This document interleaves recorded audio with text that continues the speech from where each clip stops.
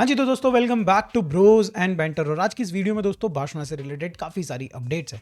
हम लोग यहाँ पे बात करेंगे 3 यंगस्टर्स जिनमें से एक बार्सा ज्वाइन कर चुका है एंड 2 यंगस्टर्स जिनके साथ बार्सिलोना अभी लिंक हो रही है। और हम लोग दोस्तों यहाँ पे बात करेंगे कि बार्सिलोना में इलेक्शन अनाउंस हो चुके हैं, उनकी डेट्स क्या है और उनसे रिलेटेड इवेंट्स क्या होने वाले हैं वो मैं डिटेल में आपके साथ शेयर करूँगा। एंड देन फाइनली दोस्तों हम लोग देखने वाले हैं यहाँ पे एक मेजर रिपोर्ट आई है यहाँ पर डेलॉइट के द्वारा बार्सा के फाइनेंसेस से, तो हम लोग उसको थोड़ा डिटेल में देखने वाले हैं। तो स्टार्ट करते हैं सबसे पहले उन 3 यंगस्टर्स के बारे में, जिसमें से एक प्लेयर जो ज्वाइन कर चुका है वो है हमजा अब्दुल करीम। बार्सा को ज्वाइन कर चुके हैं, 99.9% ज्वाइन कर चुके हैं, क्योंकि ऑफिशियली दोस्तों अभी स्टेटमेंट नहीं आई है। तो मैं थोड़ा सा यहाँ पे एस्ट्रिक लगा देता हूँ, बट भाई वो मेडिकल के लिए आ चुका है Barcelona and everything is going on. F Polo ने रिपोर्ट कर दिया है, फब्रीजियो ने रिपोर्ट कर दिया, तो भाई आई एम तो ओके विद दैट। अब यहाँ पे दोस्तों यहाँ पे कोई प्रॉब्लम्स नहीं होने वाली है।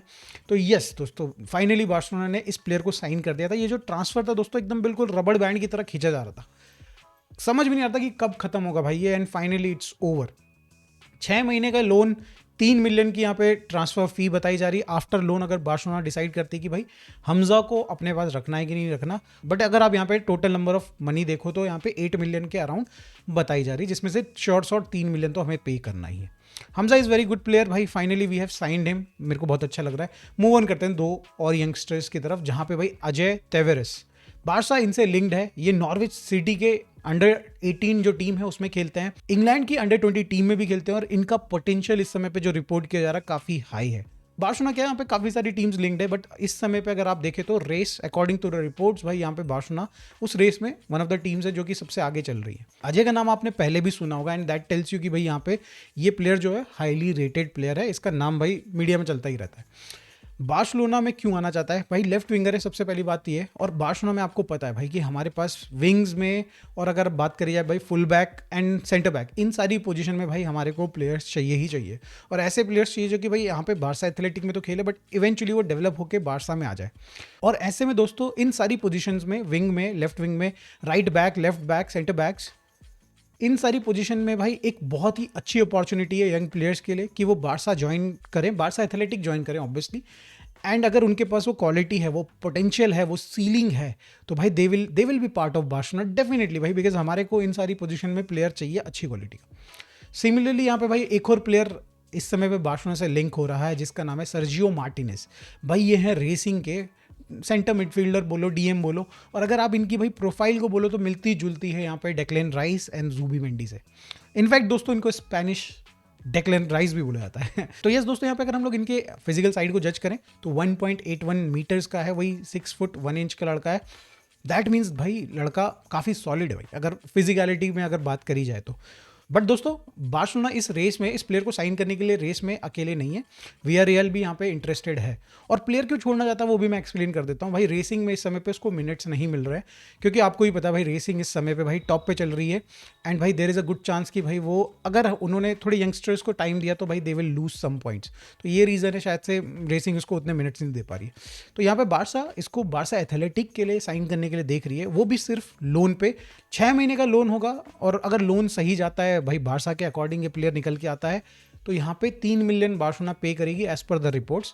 अब देखो दोस्तों, आप थोड़ा इंटरेस्टिंग आपको भी लग रहा होगा कि एक पैटर्न है हमजा के केस में भी, पहले हम लोग 6 महीने का लोन एंड देन हम उसकी जो भी ट्रांसफर फी है वो पे करने के लिए तैयार हो जाएंगे। एक नया पैटर्न में देख रहा हूँ बार्सिलोना में, जो जहाँ पे हम लोग पहले प्लेयर को, यंग प्लेयर को भाई ट्राई करना चाहते हैं कि क्या वो भाई एक्चुअली बार्सा के लायक प्लेयर है कि नहीं। एंड देन भाई हम लोग थोड़ा मतलब अगर मान लो 1.5 मिलियन की फ़ी होती जनरली उस प्लेयर के लिए, तो हम वो 1.5 मिलियन को छोड़ो 2 मिलियन 3 मिलियन भी देने के लिए तैयार हैं, बट वो प्लेयर एक्चुअली क्वालिटी का होना चाहिए। एंड आई थिंक भाई यहाँ पे अच्छी बात है, ये मुझे एक अच्छी चीज़ लगी दोस्तों इसकी। अब दोस्तों हम लोग बात कर लेते हैं, बार्सिलोना में होने जा रहा है इलेक्शन, जिसकी डेट भी आ चुकी है। 15 मार्च को दोस्तों वोट्स पड़ने वाले हैं, इलेक्शन होगा। एंड यहाँ पे बताया जा रहा है कि भाई जनवरी 6 को लपोर्ता यहाँ पे रिजाइन कर देंगे अपनी प्रेसिडेंसी वाली पोजीशन से। यहाँ पे जो हमारे वाइस प्रेसिडेंट है यूस्तो, वो कहीं ना कहीं रिज्यूम करने वाले हैं, एक्टिव प्रेसिडेंट वाला रोल निभाएंगे जब तक हमारे जो न्यूली सेलेक्टेड प्रेसिडेंट होंगे वो ज्वाइन नहीं कर लेते हैं। 1 जुलाई से भाई जो भी इलेक्ट होके आएगा, जो भी प्रेसिडेंट इलेक्ट होके आएगा, वो 1 जुलाई से स्टार्ट करने वाला है अपनी प्रेसिडेंसी का टेन्योर। इस इलेक्शन में दोस्तों लपोर्ता के सामने 4 प्रेसिडेंट कैंडिडेट्स खड़े हो रखे हैं, जिसमें से भाई I believe so vector font ही एक ऐसा जो कैंडिडेट है जो कि थोड़ा बहुत यहाँ पे टक्कर दे सकता है। और मैं इतना कॉन्फिडेंट क्यों हूँ दोस्तों, उसको मैं एक्सप्लेन करना चाहूँगा अपना जो तीसरा सेक्शन है इस वीडियो का, उसमें जो कि है reports related to Barca finances. अब देखो, डेलाइट को हर कोई जानता है भाई, फाइनेंस में एक बहुत बड़ी कंपनी है। उन्होंने यहाँ पे पूरे फुटबॉलिंग वर्ल्ड में जो मेजर क्लब्स हैं उनकी एक रिपोर्ट निकाली कि भाई उनके फाइनेंसेस क्या हैं, उनके रेवेन्यू क्या हैं, और फिर उन्होंने रैंकिंग दी। और इस रैंकिंग में अगर आप देखें तो दोस्तों रियल मैड्रिड सबसे ऊपर है। बट सरप्राइजिंगली दोस्तों यहाँ पे बार्सिलोना इज सेकंड। भाई इतना बुरा सीजन, इतना मतलब अगर आप देखें तो भाई हम लोग डेप्थ में हैं भाई, हमारी जो करंट सिचुएशन है बहुत ही टाइट है, उसके बावजूद दोस्तों हम लोग सेकंड में। अगर मैं डेटा आपके साथ शेयर करूँ तो ये रहा। फर्स्ट पोजीशन में दोस्तों रियल मैड्रिड, जिनका टोटल रेवेन्यू है 1,161 मिलियन यूरोज, यानी कि भाई 1.1 बिलियन के अराउंड उनका टोटल रेवेन्यू है। बट दोस्तों यहाँ पे सब के सब शॉक्ड हैं बार्सिलोना का रेवेन्यू देख के, जो कि सामने निकल के आया है भाई 975 मिलियन यूरोज। और अगर आप देखें थर्ड बेस्ट जो टीम है बायर्न, भाई उसका रेवेन्यू 161 मिलियन यूरोज का ही है। तो यहाँ पे बार्सिलोना ने भाई बायर्न से ऑलमोस्ट 100 मिलियन से ज़्यादा का बिजनेस किया। ऑब्वियसली दोस्तों यहाँ पे हमारा पिछले सीजन काफ़ी अच्छा गया भाई, यूसीएल में हम लोग सेमीफाइनल्स तक गए, हमने भाई यहाँ पे कोपा डेल रे जीता एंड भाई काफ़ी सारा कुछ हमने जीता। दैट इज़ भाई हमारी शर्ट और हमारा जो ये इतना स्पॉन्सरशिप का पैसा आया है वो बढ़िया बढ़िया लग रहा है ना। बट सरप्राइजिंगली दोस्तों अगर आप डेटा को ध्यान से देख रहे हैं तो टॉप 4 में एक भी प्रीमियर लीग टीम नहीं है। यहाँ पे हमें पता है कि भाई उनको कितना ज़्यादा हैवी ब्रॉडकास्टिंग राइट्स मिलते हैं भाई, जो उनकी सबसे बॉटम फिनिश करने वाली टीम होती है उस हमारी लीग में जो भी टीम जीतती है उससे ज़्यादा पैसा मिलता है। और ऐसे में रियल मैड्रिड एंड बार्सिलोना इन सारी टीम से कैसे ऊपर है। एंड आई विल से यहाँ पे भाई ला लीगा का बहुत बड़ा हाथ है। ऐसा नहीं है दोस्तों कि उन लोगों की रेवेन्यू कम है, ऐसा है कि भाई हमारी टीम्स का खर्चा कम है।